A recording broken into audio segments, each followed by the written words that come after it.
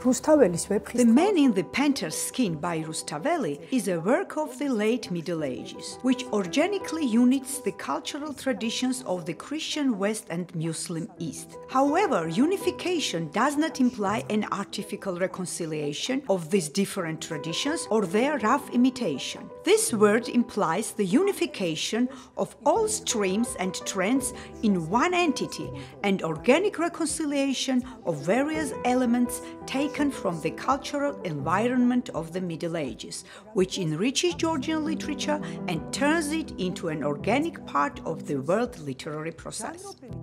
From the gen and conceptual viewpoint, the Man in the Panther Skin represents the so-called Georgian variant of European chivalry romance, which should be regarded as a new stage of the gen gradation and its highly developed form. In The Man in the Panther Skin, as in European chivalry romance, the romantic ideal is not only merged with the heroic ideal, but also overshadows it to a certain extent. As one Low English scholar, Maurice Bowra, noted quite correctly already in 1950s, heroic doings are related less from a direct delight in human prowess than from the tribute which the knights in love pay to the inspiring influence of love. Such transition from heroic poetry to romance is a natural change which comes with when feudal society has ceased to believe in its old standards and turns for inspiration to something more courtly and more complicated. This change implies first and foremost the rejection of historicism and its replacement with a concept of the reflection of artistic reality that implies a narrative that is as far removed from reality as possible and creates new ideal reality. This was a world created according to the new stratum, aristocracy, that emerged within the master and serf system, in which there should have been more dynamics, more romantics, more adventure. რომელშიც უნდა ყოფილიყო მეტი რომანტიკა, მეტი ავანტიურა და მეტი დინამიკა. If we study The Man in the Panther Skin in this regard, from this viewpoint, it will be obvious that Georgian literature of the late Middle Ages was organically involved in the process of these innovations. Hence, Rustaveli's worldview problems, artistic, aesthetic and moral ethic principles are essentially similar to the progressive, philosophic and artistic aesthetic views of medieval Europe.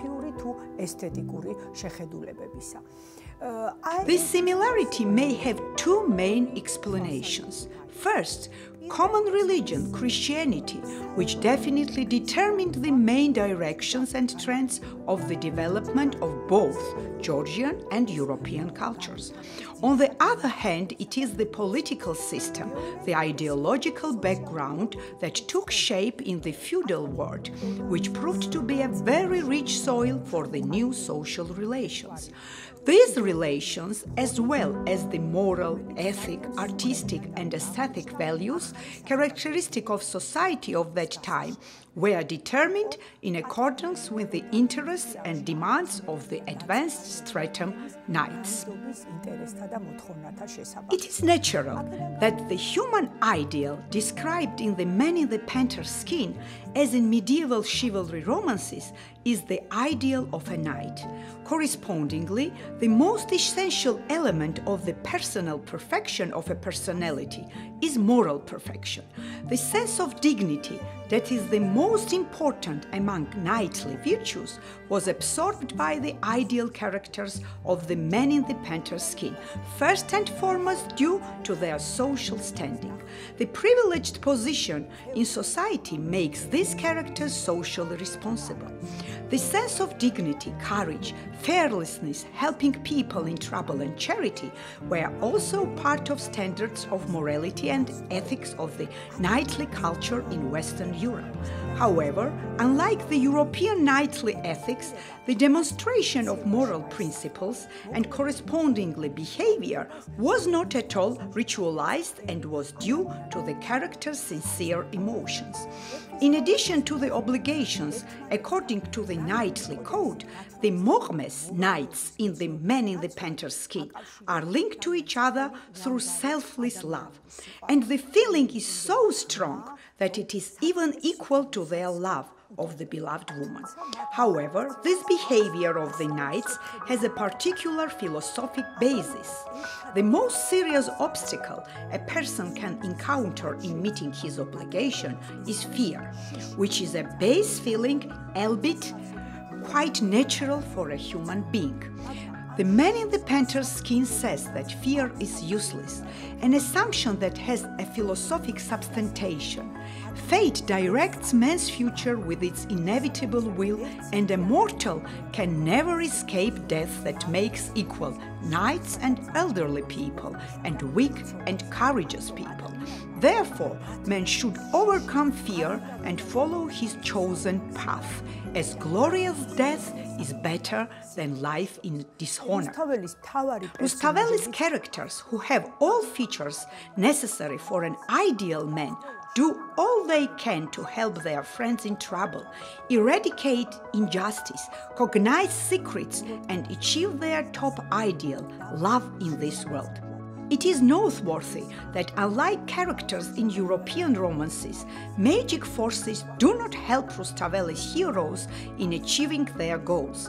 Characters of the man in the panther skin achieve their goals relying on their own mental and physical potential and untamable aspiration towards victory.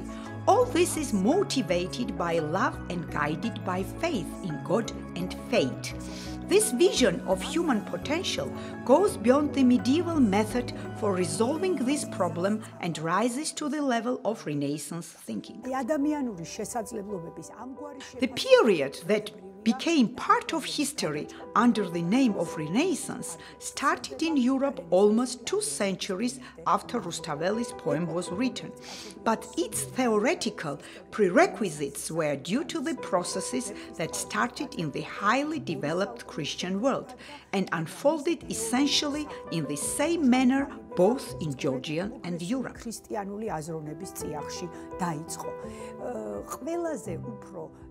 The Renaissance vision of man's inner world by Rustaveli becomes most obvious in his description of love. The love described in The Man in the Panther Skin is a natural human feeling. It is a gift bestowed by God, and it can even cross the boundary between life and death. Proceeding from this, love in The Man in the Panther Skin, which is referred to by Rustaveli in the introductory quatrains as lower phrases, according to uprising, sincerity, and loftiness of feeling, imitates heavenly love. Hence, it too is defined by the categories of divine love. Individual details of this concept of love obviously bear the influence of Oriental culture. On the one hand, and on the other one, they are nourished by motives of European courtly love. However, conventional motives typical for both concepts can be seen in Rustaveli's work as ready-made formulas represented with a different interpretation. According to Rustaveli, poetry, shairoba, is also divine because it descends as inspiration from heaven. Thus, a poem is good if it combines eloquence and poetic art with the creator's emotional and intellectual principles. God, as co-author, also participates in writing a poem. It is such poetry that can have a strong emotional impact on readers. Together with the aesthetic function, genuine poetry has also a cognitive function. It is divinely intelligible to the godlike and very wholesome to them that hearken. Therefore, like everything God has laid hands on, the text of genius is not doomed to oblivion or to be influenced by literary tastes or trends of various periods. Genuine poetry is marked with immortality. It does not obey time and is part of eternity.